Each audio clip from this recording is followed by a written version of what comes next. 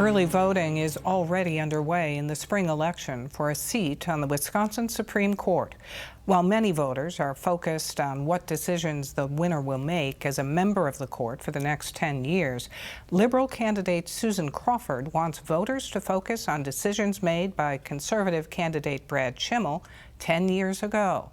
Here and Now senior political reporter Zach Schultz tells us why the rape kit backlog is an issue in this race. 10 years ago, Brad Schimel was the newly elected Republican Attorney General of Wisconsin. As he came into office, Wisconsin was still counting how many untested sexual assault kits were sitting on evidence shelves in police stations and hospitals around the state, some of them decades old. Eventually, the tally reached more than 6,800. We've been very instrumental in sounding the alarm on this issue. Ilsa Knecht is the policy director for the End the Backlog initiative, a national group that was instrumental in pushing states across the country to inventory and test their backlog of sexual assault kits. The issue is once you determine that you have 6,000 plus untested rape kits, what do you do about it? And that is definitely very complex. We found those survivors, we talked to them, and we got their consent to test those kits. And before my term of office as Attorney General, we tested over 4,000 kits. Every single kit that needed to be tested was done in that 4 years.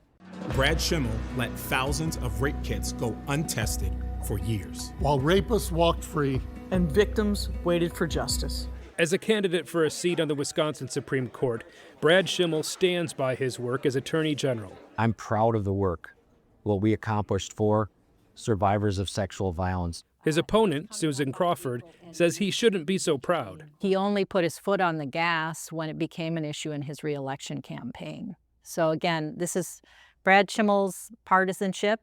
His political future was at stake and he was worried about it. So he started working on that backlog and made some progress in it, but voters saw through it and they sent him home. The key question is whether Schimel showed enough urgency on this issue.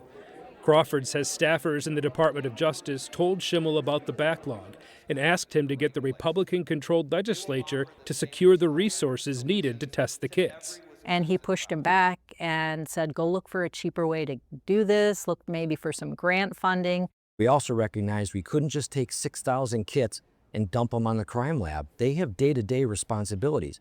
So we had to go forward and secure funding to be able to pay for getting those kits tested. Eventually, the state secured more than $6 million in federal grants to process the backlog and send the tests to private labs. Schimel announced the backlog was cleared just a couple of months before he was up for re-election in 2018. He lost, and the backlog delays were a big part of the ad campaign against him, just as they are in 2025. Over 2 years, Brad Schimel tested only 9 rape kits out of 6,000 that needed testing. Knecht says the concerns were not just partisan attacks. Her group had the same questions. We kept sort of asking, what is going on? Why is it taking so long? There were, years when very, very few, I think it was even less than 10 kits were tested. And so we were engaging with folks in the state trying to find out, exactly what was happening. But it was a big concern in our office. What is going on in Wisconsin?